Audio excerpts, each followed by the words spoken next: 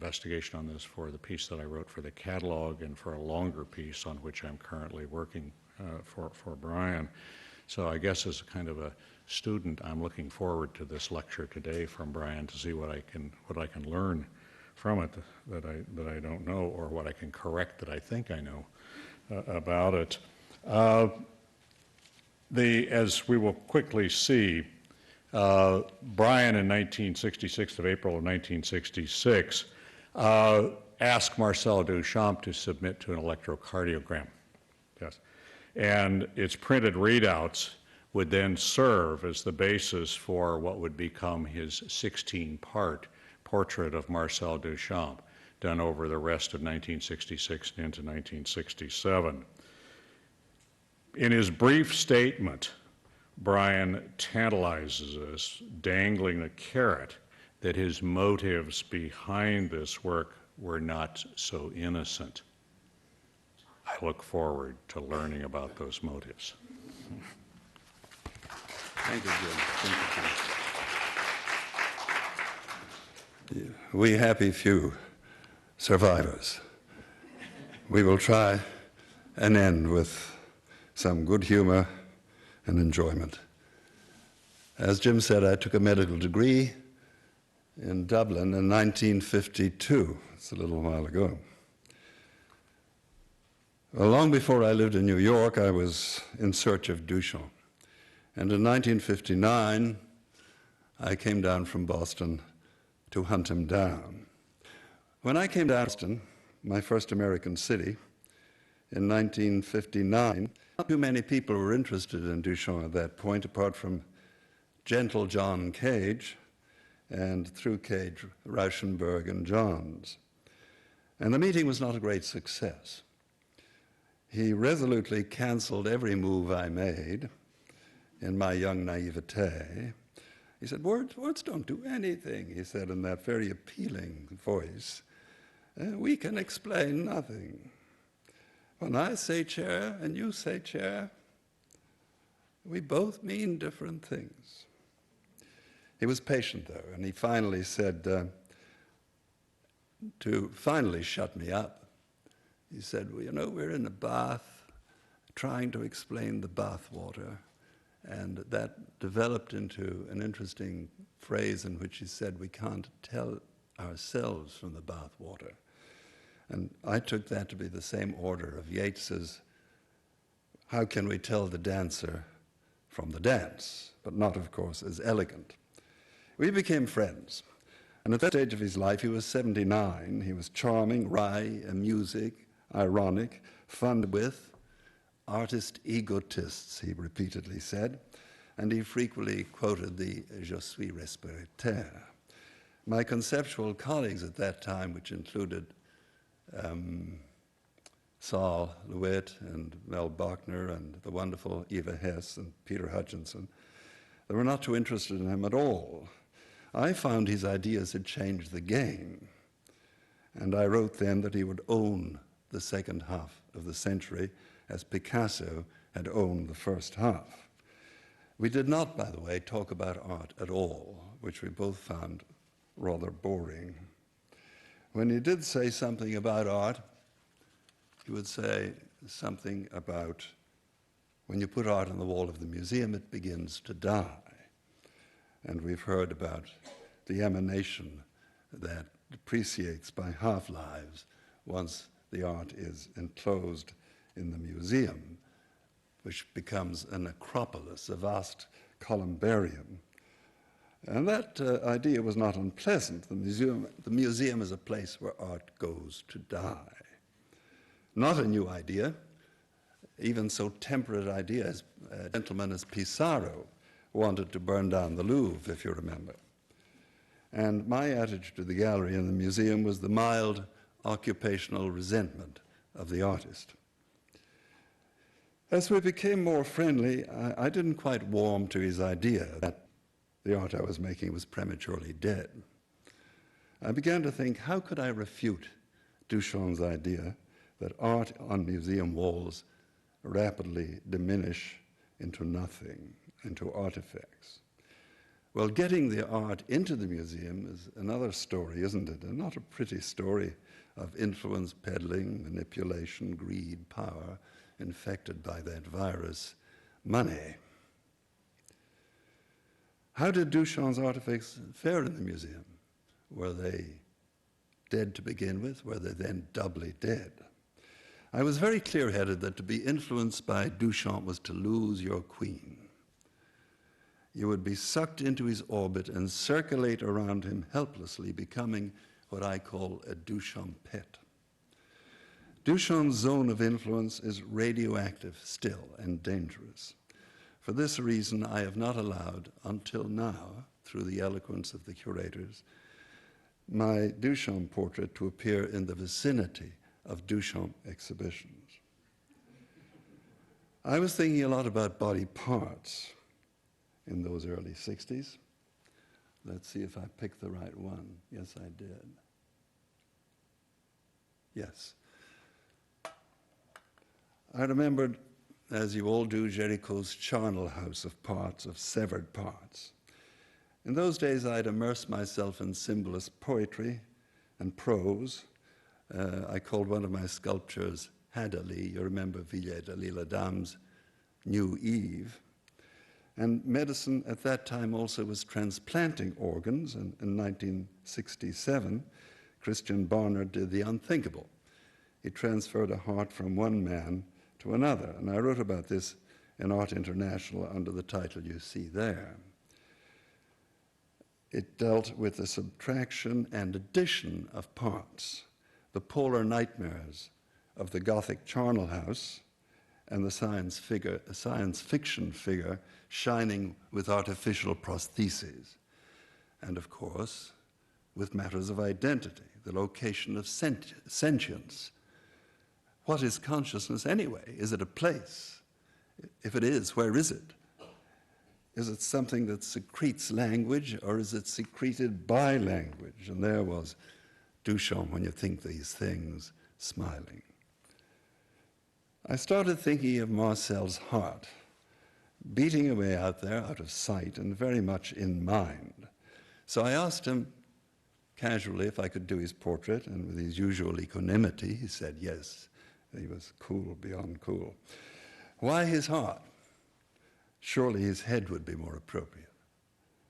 Roland Barthes wrote beautifully on Einstein's brain.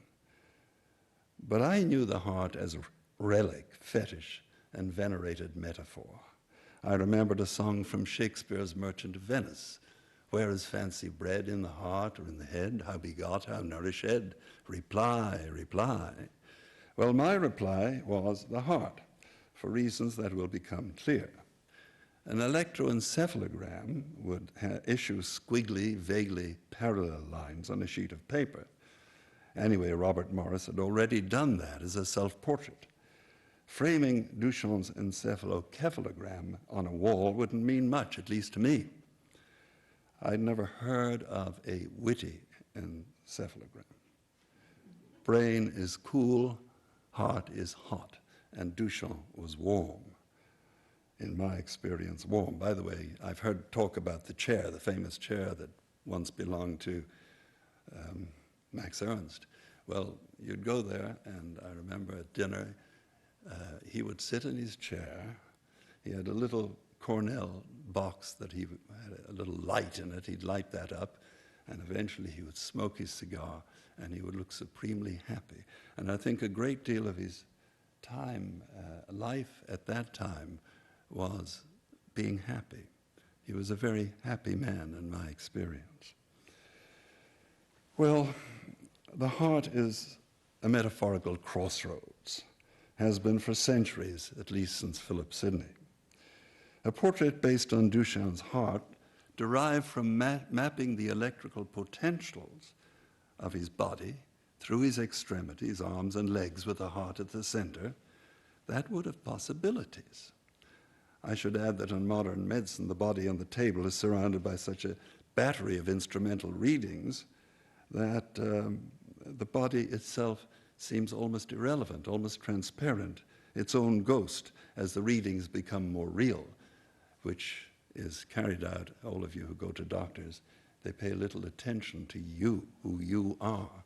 They pay a lot of attention to what the laboratory sends back about you. One of the corruptions of modern medicine, which the speed of seeing patients and the pressures on doctors now have produced this unfortunate result.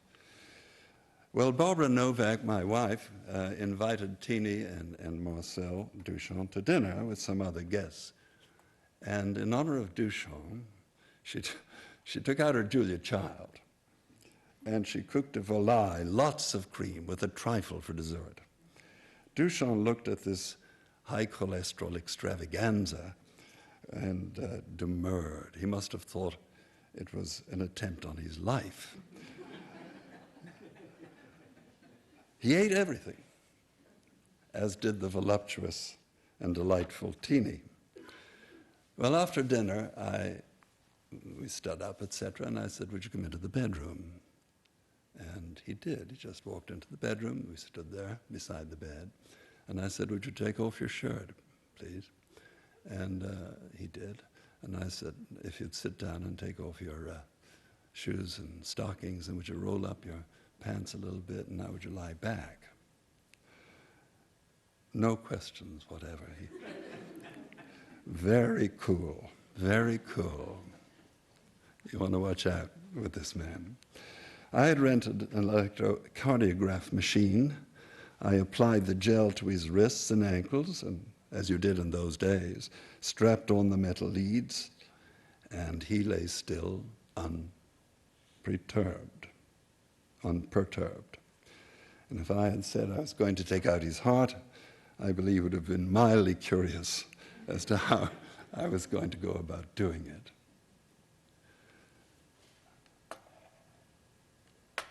The machine unfurled its long ribbon. Is this a pointer, this thing? That's the red button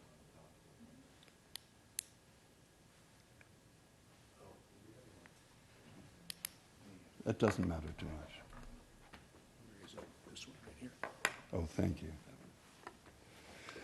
The needle was steady, the heartbeat regular, and Duchamp stood up and said, I was wondering what he was going to say. He said, how am I?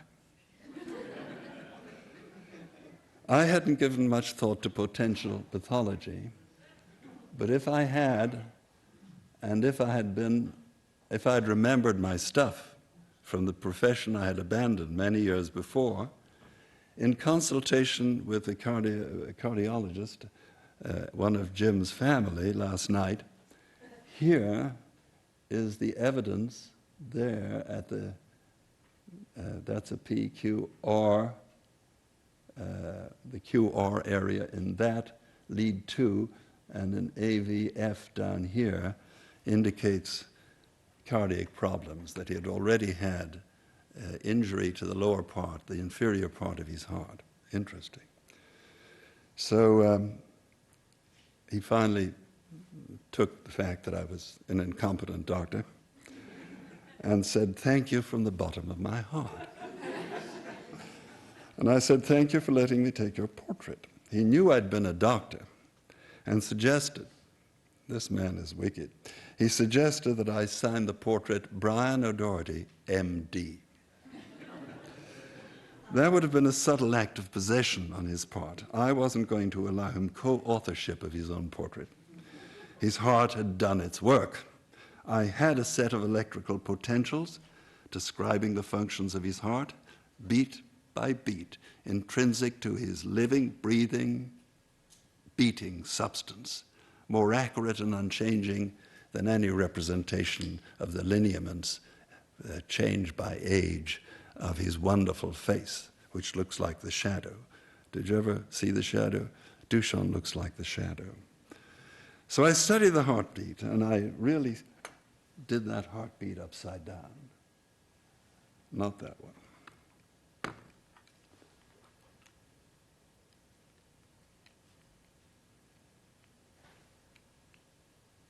I drew it very carefully, the first lead, which you see there, with its big T bump, and I wanted to become intimately acquainted with this, and as intimately as I could. So I drew carefully in until I isolated and experienced fully that PQRST. PQRS, and the big T at the end. The record involuntarily made by Duchamp. It had been snatched out of a virtually infinite continuum. The record of each beat was the same, but each beat was an original.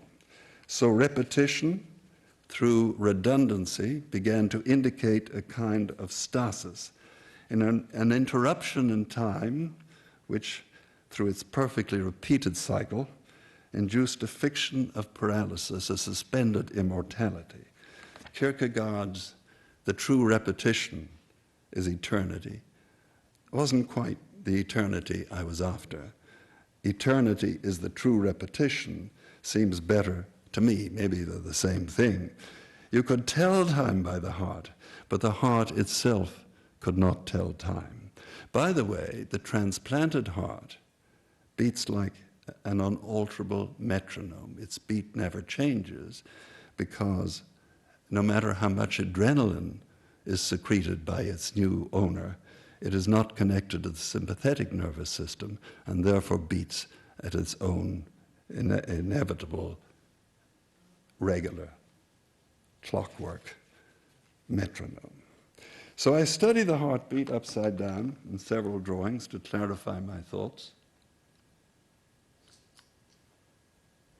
I made various drawings and paintings of boxes that would take the first three leads and animate them. That was the plan. Somewhere I was going to make an oscilloscope. I was going to make him live.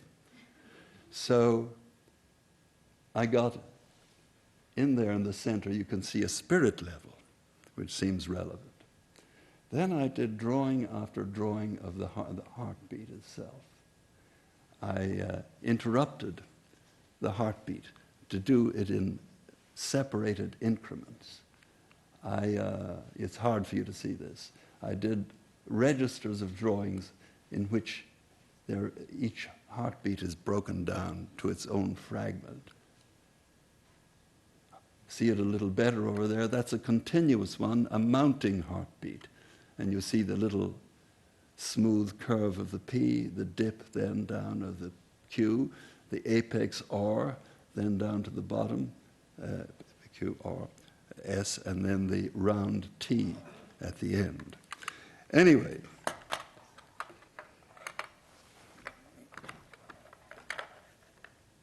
I broke down, as I say, the first lead in a series of cumulative increments until the beat completed itself and the next beat is imminent.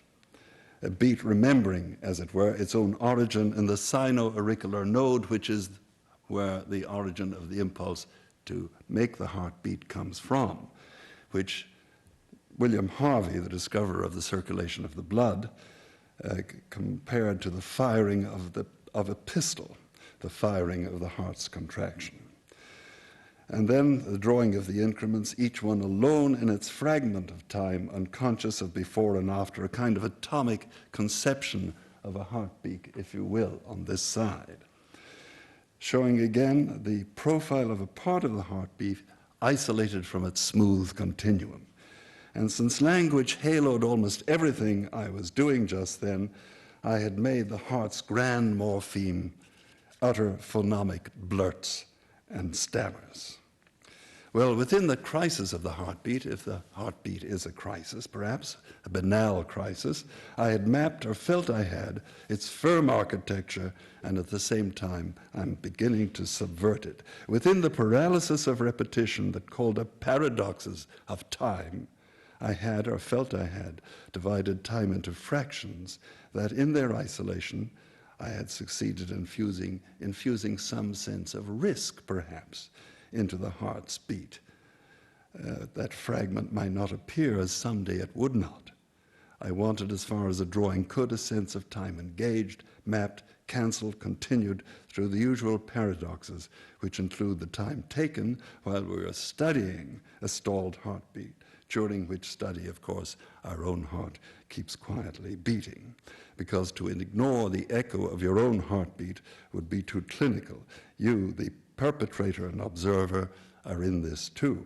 Yes, I had a static record, but to fulfill my refutation of Duchamp, I needed not a record of his heartbeat, that was the beginning, but the heartbeat itself, actually beating, the signature